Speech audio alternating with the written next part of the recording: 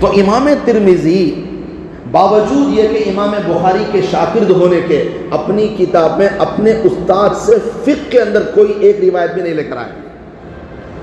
ہاں اسماء الرجال میں اگر بات کرنا ہو یہ انسان کیسا ہے, یہ جو روایت کرنے والے لوگ ہیں یہ کیسے ہیں, اگر اس پہ بات کرنا ہو تو امام بخاری وہاں فرماتے ہیں کہ میرے استاد محمد بن اسماعیل نے فرمایا. کیوں؟ اس لیے کہ وہ اس میں ماہر ہیں. اسی طرح امام مسلم شریف بھی ہے. مسلم شریف امام مسلم بھی امام بخاری کے شاگرد ہیں, مگر ایک روایت بھی اپنے استاد کی وہ نہیں لے کر آئے. کیوں؟ اس لیے کہ فقہ کے اندر مہارت دوسروں کو ہے, اسماء الرجال کے اندر مہارت دوسروں کو ہے. تو میرے عزیزوں میرے بھائیوں, جو جس چیز میں ماہر ہوتا ہے اسی سے مشورہ کیا جاتا ہے. بات سمجھ میں آ گئی؟ اب آگے بڑھیں. تیسری چیز, ایک ہوتا ہے خلاف رائے, ایک ہوتا ہے مخالفت کرنا. دو الگ الگ چیزیں ہیں. ایک ہے خلاف رائے, 5 جنے کیا کی ایک رائے دے رہی, مگر اور ایک 5 جنے اور ایک رائے دے رہی, اور ایک سنگل آدمی اور ایک کو سی رائے دے رہا ہے. رائے الگ الگ, انہیں اختلاف رائے. ان کی سمجھ میں ایک آیا انہوں رائے دیے, ان کی سمجھ میں ایک آیا انہوں رائے دیے. اسے بولتے ہیں اختلاف رائے, الگ الگ رائے. مخالفت انہیں خطرناک چیز ہے. اختلاف رائے الگ چیز اور مخالفت الگ چیز. اختلاف رائے کوئی خطرناک بات نہیں ہے. مشورے میں بیٹھنے کے بعد 10 بندے ہیں تو 10 باتیں آئیں گی سامنے. مگر مخالفت کسے کہتے ہیں کہ اگر مشورے میں میری بات نہیں مانی گئی تو اب میں پیچھے پڑ جاؤں گا ان کو تکلیف دینے کے لیے کہ انہوں نے میری بات نہیں مانی, میں بار بار تانا دیتا رہوں گا, میں بولیا تمہیں کرے نہیں, اب اس کے خلاف کام کرنا شروع کر ڈالتی. انہیں مخالفت ہے. بھئی مشورے میں بیٹھے رائے دی, بات ختم. تمہاری رائے پر طے ہوا نہیں ہوا الگ بات ہو. امیر صاحب کیا طے کرتا ہے, بات پر جم گے تو ہوگا بات. میں بولا سو بات کو نہیں طے کرانا کروں بولے تو یہ مخالفت میں انسان دشمنی پر آ جاتا ہے, ذات پر لے لیتا ہے. سمجھ میں آ رہا ہے بات؟ حضرت عثمان غنی رضی اللہ تعالیٰ عنہ اور حضرت عمر بن خطاب رضی اللہ تعالیٰ, ان دونوں کے درمیان میں اتنی بحث ہوتی تھی کسی معاملے پر, اتنا اختلاف ہوتا تھا کہ اب لوگوں کو یہ یقین ہو جاتا کہ آئندہ اب یہ دونوں بات نہیں کریں گے. کسی کوئی مسئلے پر حضرت عمر اور حضرت عثمان کا اتنا اختلاف, اتنی باتیں ہو جاتی کہ لوگوں کو یقین ہو جاتا کہ ابھی آئندہ پھر کبھی بات نہیں کریں گے. مگر نماز کا وقت آتی, 2 جنے مل کے وضو کر لگ باتیں کر لگ ہنسلے کے اندر آتے رہتے. وہ اختلاف تھا ختم.